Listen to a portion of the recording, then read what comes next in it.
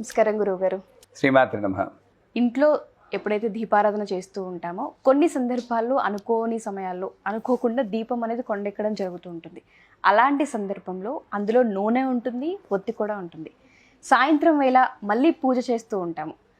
చాలా సందర్భాల్లో చేసేది ఏంటంటే నూనె ఉంది కదా, ఒత్తి ఉంది కదా అని చెప్పి మళ్ళీ దాన్ని కొంచెం తీసి వెలిగించి మళ్ళీ పూజ చేస్తూ ఉంటాం. అసలు అలా చేయొచ్చు అంటారా, అసలు చేయకూడదు అంటారా? ఇది చాలా మందికి ఉన్న అనుమానం, డౌట్. ఇక్కడ వాళ్ళ దృష్టి అనుమానం పడి వాళ్ళ దృష్టి ఎంతసేపు నూనె మీద ఒత్తి మీద ఉంది తప్పితే ఈ దీపం వెనకాతల ఉన్న తత్వం మీద లేదు. సాధారణంగా ఈ దీపం దగ్గర ఇది ఒకటే కాదు, 2 ఒత్తులు వేయాలా, 3 ఒత్తులు వేయాలా, 1 ఒత్తి వేయకూడదు, కొబ్బరి నూనె, నువ్వుల నూనె, నెయ్యి, ఇలాగా చాలా సందిగ్ధంలో పడుతూ ఉంటారు. నన్ను అడిగితే కిరసనాయిలు తప్పితే ఏదైనా వాడచ్చు అంటాను నేను. అక్కడ తత్వం గ్రహించినప్పుడు మీకు ఈ డౌట్ రాకూడదు.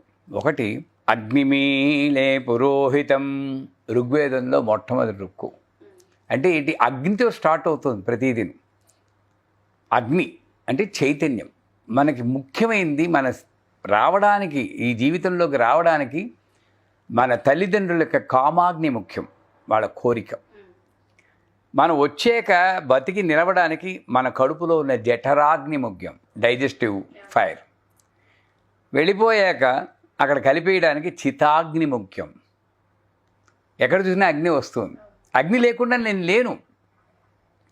అందువల్ల నేను పూజ చేసేటప్పుడు మొట్టమొదట అగ్నిని వెలిగిస్తూ ఉంటాను. దాంట్లో నూనె ఉందా, పాత ఒత్తా, కొత్త ఒత్తా నాకు అనవసరం. ఈ ఒత్తులు ఉపకరణాలు, ఉపాధులు మాత్రమే. నూనె ఉపాధి మాత్రమే. అసలు దీపమే ఉపాధి. ఈ ఉపాధి ద్వారా నేను గ్రహించాల్సింది ఏమిటంటే నాకు జీవితంలో ముఖ్యమైనది అగ్ని అన్నది నేను ముఖ్యించాలి. ఎందుకు అగ్ని ముఖ్యం అంటే అది వెలిగిస్తున్నప్పుడు పొద్దునైనా సాయంకాలం ఏ దీపమైనా వెలిగించండి, దాంట్లో ఏమీ తప్పు లేదు. నేను ఇలా అన్నా కూడా చాలామంది మళ్ళీ ఇంకోళ్ళని అడుగుతారు, అమ్మమ్మమ్మ తప్పు, దోషాలు వస్తాయంటారు. మళ్ళీ మామూలే. కానీ నేను నా అనుభవంతో చెప్తున్నాను. అలాగని కక్కుర్తో మనం చేయట్లేదు. దీపం వెనకాతలు ఉన్న తత్వాన్ని గ్రహించి మనం చేస్తున్నాం. ఆ దీపం ఎప్పుడు కూడా ఒత్తి ఇలా ఉన్నా కూడా దీపం ఎప్పుడు పైకే ఉంటుంది. మీరు ఒత్తి ఇలా ఉందని ఇలా వాలిపోదు. అది వెలిగిస్తూ అనుకోవాలట, భగవంతుడా నాలో ఆలోచనలు కూడా ఈ దీపంలాగా ఎప్పుడు ఊర్ధ్వముఖంగా ఉండేటట్టు, అందరూ సుఖంగా ఉండాలి, అందరూ సుఖపడాలి, నందనందన అన్నట్లు అందరూ సుఖపడాలి, లోకమంతా లోకా సమస్తా సుఖినో భవంతు, నేను నా కాయుషు, నా చిన్ని పొట్ట, నా శ్రీరామ రక్ష అనుకోకుండా దాంతోపాటు అందరూ సుఖపడాలని ఊర్ధ్వముఖంగా ఆలోచిస్తూ ఉండాలి అన్న జ్ఞానం నాకు కలగజేసేది దీపం. దీపంలో ఏం వేసినా భస్మమైపోతుంది, అగ్నిలో ఏం వేసినా భస్మమైపోతుంది. అలాగ నాకు ఏది చూసినా సరే నిలబెట్టుకుని ఇది లేకుండా, అంటే దోషాలు, ఎదుటి మనిషిలో దోషాలు చూసి అలా నిలబెట్టుకోవడం, మిమ్మల్ని చూసేటప్పటికి నాకు ముఖం మారిపోవడం, మీ పేరు వింటేనే కవలికలు భారిపోవడం, ఇవన్నీ చేస్తూ ఉంటాయి. ఎందుకు? మీ గురించి ఒక ఒపీనియన్ నాలో ఉండిపోయింది. చెడు అన్నది నాలో దహనం అయిపోవాలి, మంచే మిగలాలి. మంచి ఏంటి? భస్మం. దానికి రంగు లేదు, ఏమీ లేదు, అదే పెట్టుకుంటాం విభూతి కింద. నాకు మంచే మిగలాలి అన్న జ్ఞానాన్ని కలిగజేసేది కూడా ఈ దీపమే. ఇంత గొప్పదనం ఉన్న ఒక దీపాన్ని వెలిగిస్తూ ఈ 3 పాటించకుండా దీపం జ్యోతి పరబ్రహ్మ అంటుంటాం. ఆ గిప్పిలను గీసి దాని మీదే పడేస్తుంటాం. ఆ బేస్ దగ్గరే పడేస్తారు చాలామంది, అవునా? దీపం పరబ్రహ్మ స్వరూపం, అది మనకిచ్చేది జ్ఞానం.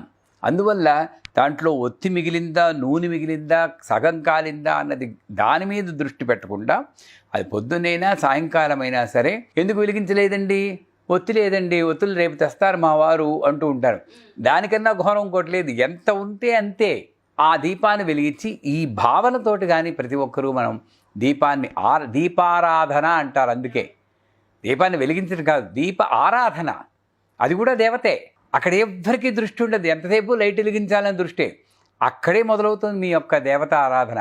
దీపారాధన కానీ ఈ భావంతో చేస్తే ఇటువంటి సందేహాలు చాలా వరకు తొలగిపోతాయి.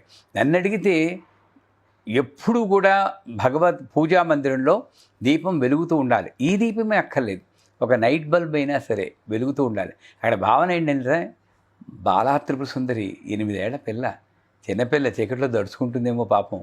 అంటే అంత దగ్గరగా తీసుకుంటున్నావు భగవంతుణ్ణి. నా పిల్లకి భయం వేస్తుందేమో, నా ఇంట్లోకి వచ్చింది. అలాగ భగవంతుణ్ణి నువ్వు కలుపుకోగలిగితే సగానికి సగం సందేహాలు పటాపంచలవుతాయి. ఆ అమ్మవారికి ఒక ఆరాధన కింద నేను దీపం ఆరాధన చేస్తున్నాను అని అనుకున్నప్పుడు ఎలా ఎప్పుడు వెలిగించినా కూడా పర్వాలేదు. Thank you so much sir. చాలామందికి ఈ అనుమానం ఎక్కువగా ఉంటూ ఉంటుంది, దానికి చక్కటి పరిష్కారాన్ని అందించారు. ధన్యవాదాలు.